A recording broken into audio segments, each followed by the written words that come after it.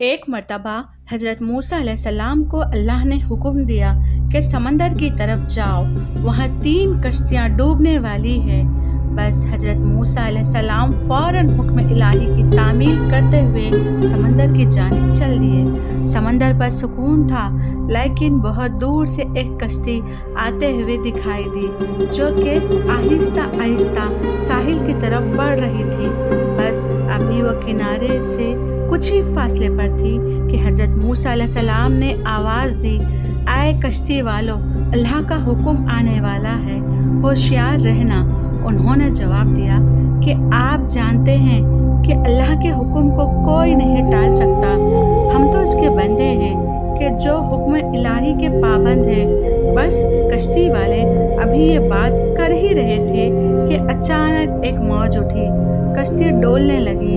سوار اپنے آپ کو بچانے کی کوشش کرنے لگے کہ اتنے میں ایک زبردست موج آئی اور کشتی کو اپنے ساتھ بہا کر سمندر کی تہہ میں لے گئی۔ بس تھوڑی ہی دیر میں ایک اور کشتی نظر آئی تو حضرت موسیٰ علیہ السلام نے انہیں بھی خبردار کیا اور کہا کہ ذرا محتاط رہنا۔ انہوں نے بھی پہلے والوں ہی کی طرح جواب دیا کہ جو کچھ ہونا ہے وہ ہو کر رہے گا، اور کشتی کو کنارے کی طرف لاتے رہے، یہاں تک کہ ساحل کے قریب آتے آتے یہ کشتی بھی ڈوب گئی۔ بس حضرت موسیٰ علیہ السلام اللہ کی حکمت کے بارے میں سوچ ہی رہے تھے کہ انہیں ایک تیسری کشتی آتی ہوئی دکھائی دی تو آپ نے حسب سابق اس کشتی والوں کو بھی نصیحت دی کہ دیکھو، اللہ کا حکم آنے والا ہے، اپنے گناہوں کی معافی مانگتے ہوئے ذرا محتاط ہو کر آؤ۔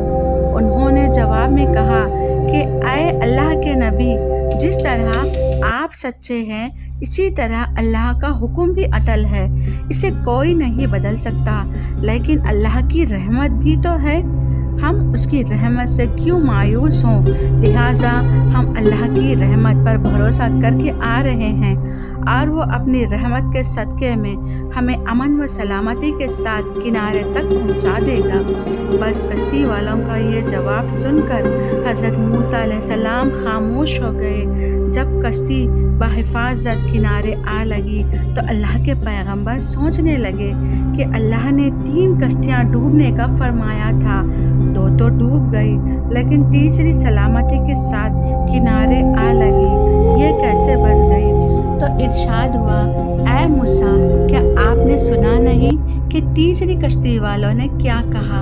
انہوں نے میرے حکم کو تسلیم کیا، میری رحمت کو آواز دی اور اس پر پورا توکل اور بھروسہ بھی کیا تھا، تو اس لیے یہ کشتی میری رحمت کے طفیل بچ گئی۔ جو بھی میری رحمت کا طلبگار ہوتا ہے میں اسے نا امید نہیں کرتا۔ بس حدیث میں آتا ہے کہ اللہ تعالیٰ نے جب بھی مخلوقات کو پیدا کیا تو عرش پر لکھ دیا کہ میری رحمت میری غضب پر غالب ہے۔